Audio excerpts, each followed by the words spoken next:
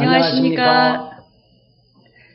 뉴코리아 방송 주요 세대 이슈와 진실 시간입니다. 진행을 맡은 유기현입니다. 주요셉입니다. 반갑습니다. 안녕하세요. 한 주간 어떻게 지내셨습니까? 아주 잘 지냈습니다. 대표님은 어떠세요? 저도 잘 지냈고요. 추운 날씨인데 조금 풀어진 것 같은데 어떠셨어요? 저는 겨울이 좋습니다. 겨울이 좋아요? 예. 좋습니다. 겨울, 어쨌든 겨울이 좋아도 봄이 오는데, 예. 우리 국민들의 마음, 우리 시청자들의 마음도 따뜻한 het살이 비치기를 바랍니다. 예, 오늘 주제가 매일 듣는 이슈예요. 네. 저출산 문제. 네. 그래서 저출산 국가 부도 위기라는 이슈가 네. 제목인데요. 근데 예. 우리 국민들이 네. 국가 부도 위기를 실감하고 있을까요? 어떨까요? 아닌 것 같아요. 예. 그렇죠. 저출산은 자꾸 듣기는 하는데, 네. 잔소리같이 들리기도 하고, 예, 저같이 미혼인 사람들은 이거 들을 때마다 숨어야 되나, 막 이런 생각 들고 스트레스도 그렇습니다. 받으시고. 예. 그러게 말이에요. 국민들이 이제 출산의 문제를, 걱정을 하는데, 언론에서도 걱정을 하는데, 실질적으로는 정책부서나 일반 국민들이 어떻게 해야 될지 그 방법을 몰라서 예. 그냥 우왕좌왕하고 있는 모습이 보여서 네네. 오늘부터 시리즈로 몇 편을 다루려고 합니다. 예. 자, 먼저 첫 번째 보니까 이런 내용이 나오네요. 혹시 이 기사 보신 적 있나요? 제목이 참 좋네요. 데이트조차 않는 한국. 네, 자연멸종 향해 가는 중 이렇게 써져 있는데 데이트 안 하면 멸종되나요? 아니죠. 데이트 안 하면 멸종이 하는 건 아니고 네. 예전에 데이트 없이도 결혼했죠. 그냥 이렇게 짝을 지어주고 중매로 결혼하고 그랬는데 요즘은 이제 데이트를 통해야만이 남녀가 교제가 되고 또 연애도 해서 결혼까지 가는데 이 데이트 문제를 완전히 부정적으로 인식하고 데이트 자체도 나는 여건이 안 돼. 그러니까 사람이 좋으면 다가가면 되잖아요. 근데 오늘날 풍조가 어떤 풍조냐면 돈이 없고 뭐 3포, 5포, 7포 막 이렇게 나가거든요. 근데 M포까지 있어요. 뭐 무한대로 포기할 게 많아서 나는 결혼을 못한다. 이게 참 패배주의적인 생각이라고 보거든요. 예, 오늘날 너무나 이제 물질적으로 치우치다 보니까 그런 경제적인 여건이 절대화됐는데 어떻게 보십니까? 그런 얘기 들으니까. 데이트가 사실 어려워요. 이게 맞는 자기 마음을 줄 사람을 만나기도 쉽지 않고, 근데 데이트를 또 안 해도 살만해요. 그러니까 안 하는 것 같아요. 그렇죠. 그래서 이제 우리 사회가 우리나라만의 문제가 아니라 전 세계적으로 뭐 결혼이라는 것 자체를 무겁게 여기고 결혼 없이도 얼마든지 뭐 동거할 수도 있고 그냥 연애 데이트를 많이 해서 파트너를 수시로 바꾸고 필요할 때마다 파트너 바꾸면 되지 않느냐 뭐 이런 편의주의적인 발상을 갖고 있는데 이것은 참 인간으로 보면 비극이라고 저는 보고 있죠. 그렇죠. 예.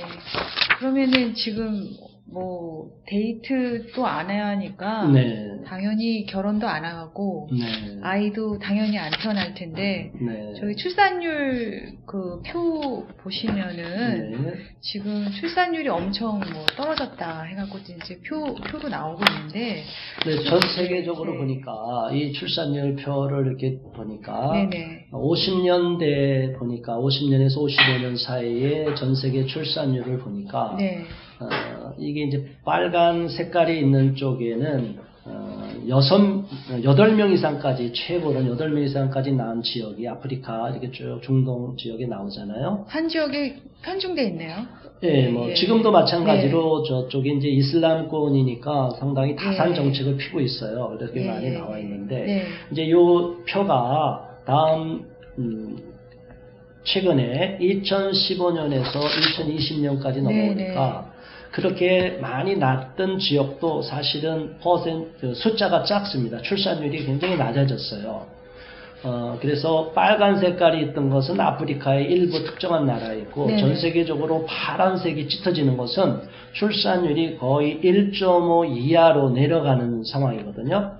그러니까 유럽, 북유럽, 아시아권, 오세아니아, 그리고 남아메리카 중에서도 일부 지역이 거의 출산율 1.5 이하다. 네. 이거는 전 세계적으로 인구가 많이 감소하고 있다. 출산율이 떨어지고 있다. 이런 것으로 보여지고 있는 그럼 거죠. 아프리카를 제외한 전 세계가 지금 아이를 안 낳는 분위기네요. 네, 예. 많이 안 낳는 거죠. 낳기야 낳죠. 네, 안 네. 낳는데 이제 요거를 이제 도표로 보니까 네네. 다음 장에 보니까 이런 내용이 출산율이 나오네요. 전 세계 이 출산율 혹시 이런 거 보신 적 있으세요? 아니요, 못 봤어요. 예. 그래프가 어떻게 지금 흘러가고 지금 있나요? 1900 확연하게 네. 지금 하방으로 가고 있는데 네. 1960년대랑 지금 네. 2015년 기준으로 보면은 엄청 다르네요. 그렇죠. 예. 급격하게 네네. 그냥 포물선이 아래로 예, 이제 예. 내려가죠. 포물선이 아니라 이제 그래프가 네네. 상승을 해야 되는데 아니면 유지를 해야 되는데 예. 이제 하강으로 쭉 내려오니까 출산율 보통 적정 인구가 유지되면 네. 어느 정도라고 출산율이 어느 정도면 인구가 현재 인구를 유지할 수 있다고 혹시 알고 계시나요? 링컨님께서? 저는 잘 모르겠고요. 네. 그래도 현상 유지는 해야 되지 않을까요? 그렇죠. 네. 남자 여자 둘이 네네. 결혼하니까 최소한 둘, 그렇죠? 네, 그렇죠. 그래서 네. 2.1, 2.2, 네. 어떤 경우 2.3으로 이렇게 보여주면 어쨌든 2는 넘어야 네. 현상 유지는 되는데 지금 우리나라는 재작년이죠. 2017년도에 네네. 1.05명으로 아주 일본보다 낮아지고 떨어졌다가 네. 이제 작년이 2018년도에는 충격적인 보고가 지금 나와서 오늘 이 방송을 하게 된 것입니다. 네. 우리가 이제 다음 이제 기사를 보게 되면 다음 기사 먼저 보겠습니다. 네네. 우리나라가 2750년에 한국인은 자연 멸종한다. 그러니까 출산율이 1.0 이하로 내려가 버렸다는 거예요. 2018년도에. 이거는 대단히 충격적인 일인데 어떻게 생각하십니까? 사실 저는 저런 기사 보면은 숨고 싶어요. 제가 아니 이거는 이제 뭐 꼭 개인의 문제로 뭐 그게 문제가 아니라 우리가 여기서 다룰 내용은 뭐 개인이 결혼했냐 안 했느냐 이 차원의 문제가 아니라 우리 사회가 이런 흐름으로 가고 있을 때 우리가 어떤 마음을 드느냐, 국민의 한 사람으로서 어떤 생각이 드느냐, 결혼한 사람도 생각이 다를 것이고 미혼자의 생각도 다를 것이고 또 다양한 어떤 연령층에 따라서도 생각이 좀 다를 것 같아요. 그래서 제가 보니까 현재 2750년 정도 되면 사우스 차이나 모닝 포스트에서는 대한민국의 인구는 멸절하는 것이다. 2750년에요? 네, 완전히 제로로 간다. 현재 이 추세로 가면 저는 좀 쇼크를 받았어요.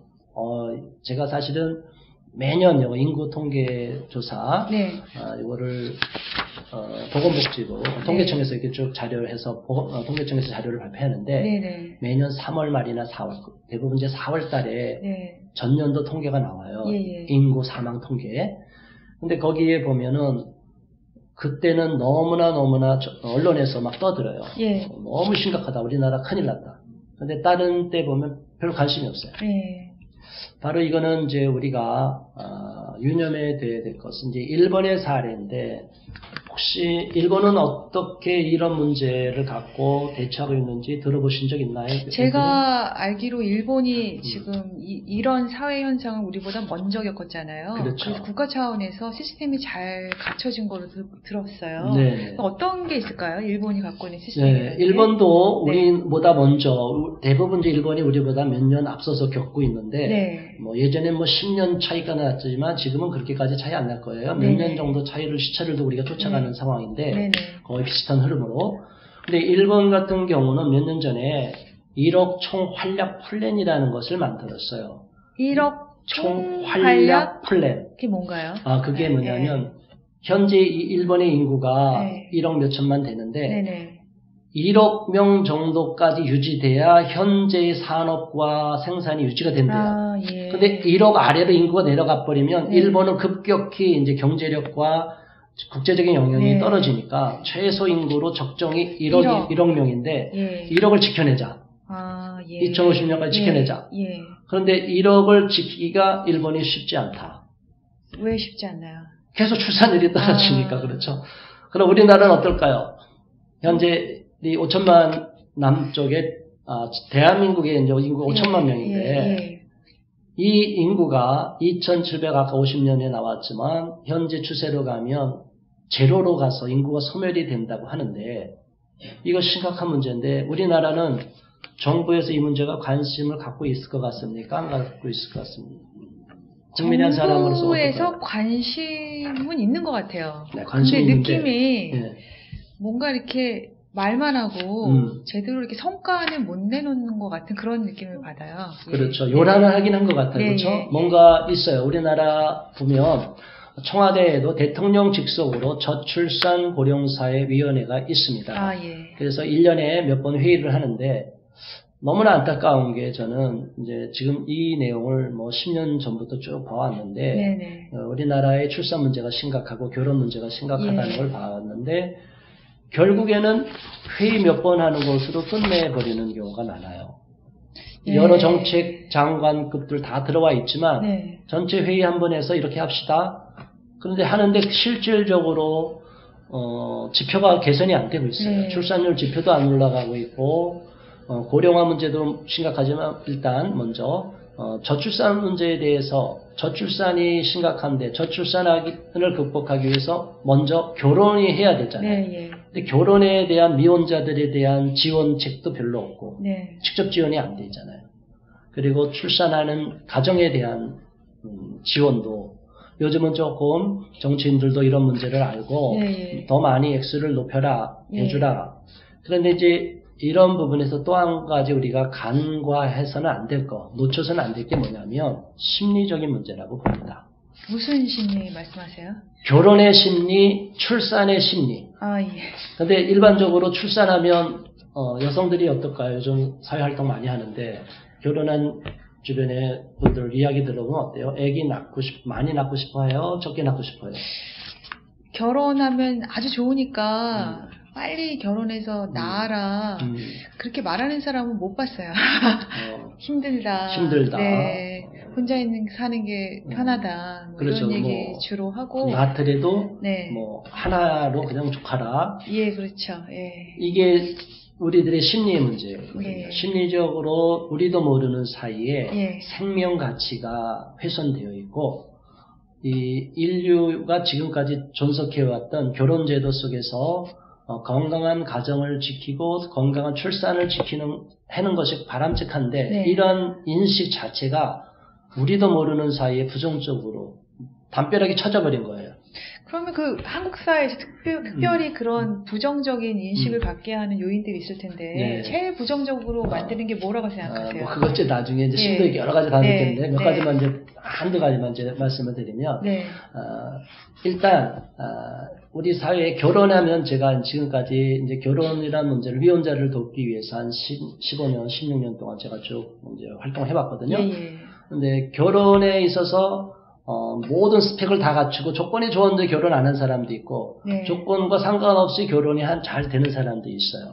뭐 일반적으로는 중간 수준에 서로 잘 맞추고 서로 뭐 사회적으로나 경제적으로 이렇게 큰 차이가 없이 서로 결혼하는 게 가장 뭐 좋은데 너무 좋은 조건만을 갖고 있는 사람도 결혼이 잘 안 되고 또 너무 열악해도 안 되고 이제 이런 양쪽에 이제 문제가 있죠. 그런데 일반적으로 보면 심리적인 문제가 가장 컸어요. 제가 결혼을 못한 미혼 청년들 이렇게 쭉 도우면서 저 자신도 결혼에 너무나 힘들고 어려웠다가 경제적인 외적인 조건만을 따지면 저도 결혼이 너무 어려웠고 좌절했을 텐데 그래도 저는 결혼에 대한 신념이 너무 강했고 저는 반드시 결혼해야 되겠다.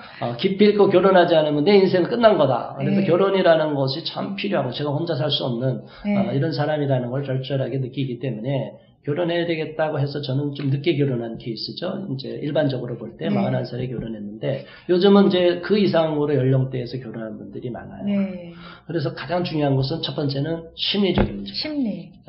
또 본인이 생각할 때 우리 앵커님이 볼 때 결혼해야 되는데 막 안 하는 사람들이 많잖아요. 그럼 뭐 볼 때 여성 입장에서 볼 때 어떤 문제 때문에 결혼 잘 안 하는 것 같아요?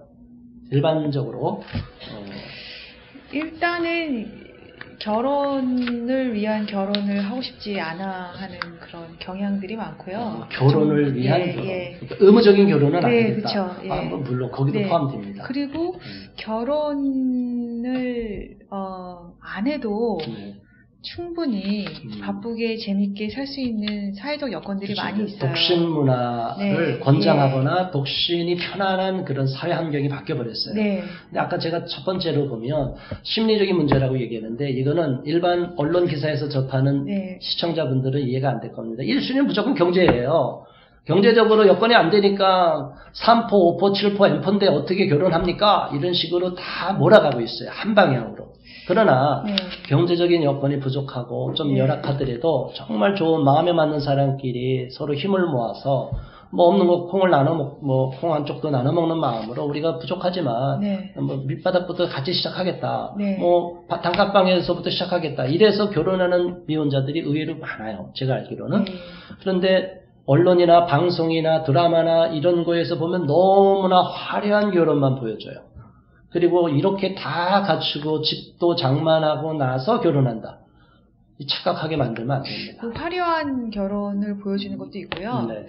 결혼이 뭐 사람이 하는 거니까 좋은 점, 나쁜 점이 다 있을 텐데 주로 나쁜 점을 많이 부각시켜요. 아, 그렇죠. 부정적인 그래서 부정적인 이미지가 많은 사람들이 많이 있어요. 맞습니다. 결혼의 실패자들의 이야기, 또 이혼한 이야기들이 너무 극단적으로 되고 또 결혼 후에 가정 폭력이나 이런 안 좋은 얘기들이 너무 많이 학습이 되다 보니까 아, 결혼하면 행복하지 않고 이제 나중에 제가 좀 더 심도 있게 다루겠지만 이제 이런 가정력부터 쭉 심리 내면으로 성장해온 과정에서 영향들이 있거든요. 이제 그런 부분이랑 이제 복합적으로 맞물려 버리면 아예 결혼에 대해서 포기해버리는 나는 결혼할 자신이 없다. 그리고 사람 만나기도 힘들고 사람을 만나서 데이트해도 결혼 문턱을 넘지 못하고 깨지는 경우도 많거든요. 그렇습니다. 이제 이런 문제를 우리가 좀 전문적으로 다뤄주고 체계 있게 도와줘야 되는데 정부에서도 여기에 대한 전문 인력이 없고요. 어떤 단체나 조직에서도 이런 걸 전문적으로 하는 것도 없이 오히려 그냥 결혼정보회사에서는 그냥 조건만 보고 이렇게 아무렇게나 결혼시키려고 해요. 이것도 굉장히 또 위험해요, 나중에. 결혼정보회사를 통해서 사람 만나가지고 안 좋은 케이스가 많이 있는 것 같아요. 왜냐하면 사람을 안 보고 조건만 맞춰서 했기 때문에 위험한 것 같고요. 근데 제가 지금 대표님 말씀하시는 거 듣다 보니까 놀란 게 이 문제가 굉장히 중요한데 정부에 관련 책임지는 기관이 없다고요? 그렇죠. 우리나라는 없어요.